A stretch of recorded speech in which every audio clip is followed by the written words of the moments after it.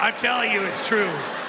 And it's a wonderful thing, you know, because we're monogamous, the good guy. We know the rules. You listen to those wedding vows, you follow those, and you're square. You're square. We don't cheat because we'll get caught. Yes. If Tiger Woods gets caught, we're going to get caught. Oh, my God. We know we can. That's nice to know, just in case, you know, little. But we also know how to masturbate, and we really have perfected it. I know I have, because I travel a lot. Anytime one of those thoughts gets in my mind, I'm already prepared. I bring my own lesbian DVD. Girls Who Like Girls, number 69. I get a towel, half damp, half dry. Got my own personal lubricant there. I know enough not to switch the remote control with the hand, you know, I keep it in the left hand. And I swear to you, if you masturbate, the desire to go out and hook up with another woman will leave you. In fact, you'll stay home and eat probably room service. It would save you a lot of time. You know, I believe in being honest with my wife, but rigorously honest, be careful. Be careful. Now, a lot of the information we tell you is to make ourselves look good. Here's a mistake I made. Honey, I need to talk to you. I'm really upset. You know Eddie, my best friend? I've known him since he was 2. Best man at my wedding. Don't tell anybody, but he's cheating on his wife. And honey, I feel so bad because he doesn't have a soulmate like I do, you know? And I just am torn up about Eddie.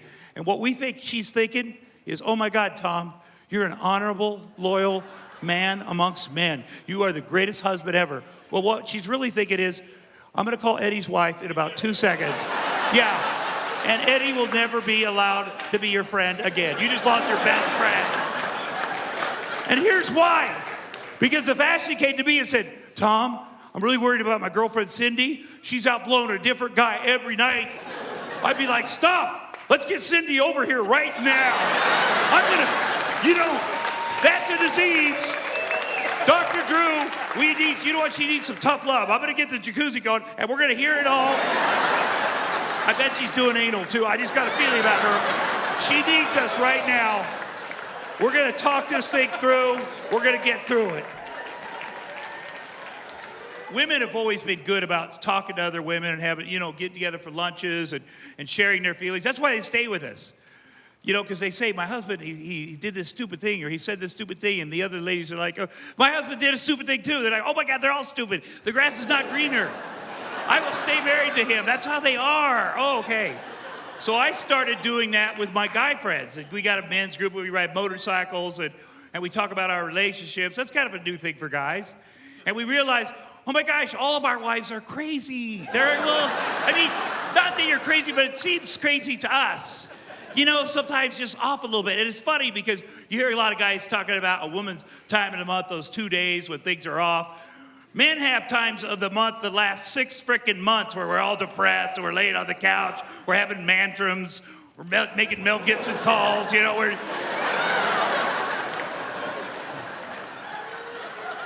That's why I tell you, my wife, she is so good. She is so smart. You know, when I'm down low like that, and we all get there, you know, and I'm down low, she'll let me wallow in it for 1 hour, and then she starts building me up, you know. She's like, I believe in you. You know, get up. You've done it for 25 years. You will work again. Get up, get going. And with it, I start getting up and doing something about it. Because laying on the couch isn't doing shit about it. I start getting up and I start believing in myself enough to get moving. And then I start believing myself more. And I'm like, you know what, honey, you're right. I'm fucking amazing. I've done 72 movies. I'm unbelievable.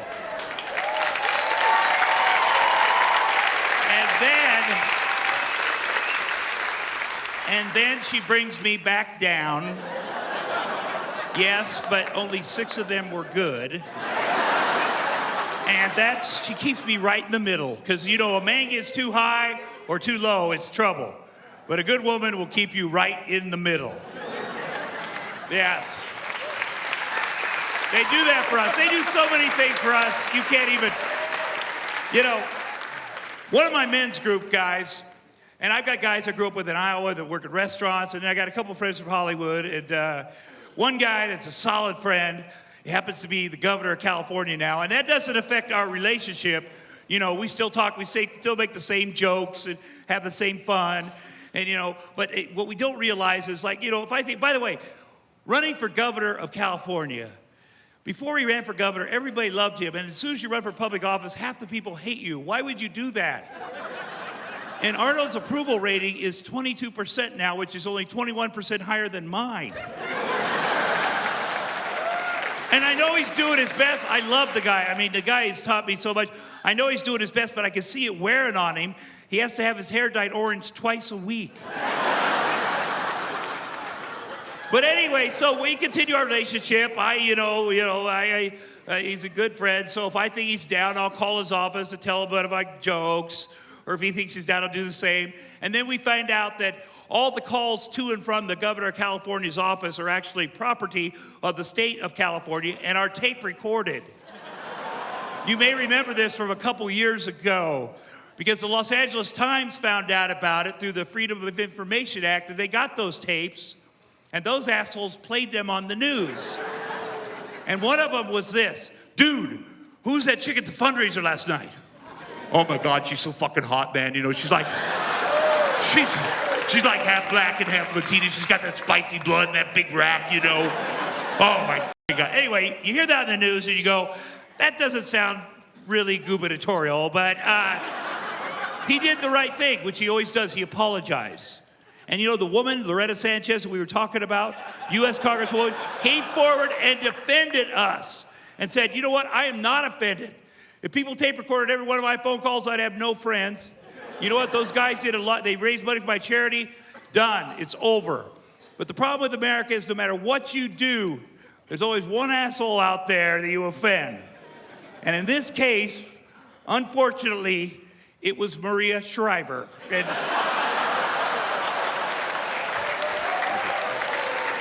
I love Maria Shriver. Maria Shriver is nice to me. She's a great wife. She's a great mother.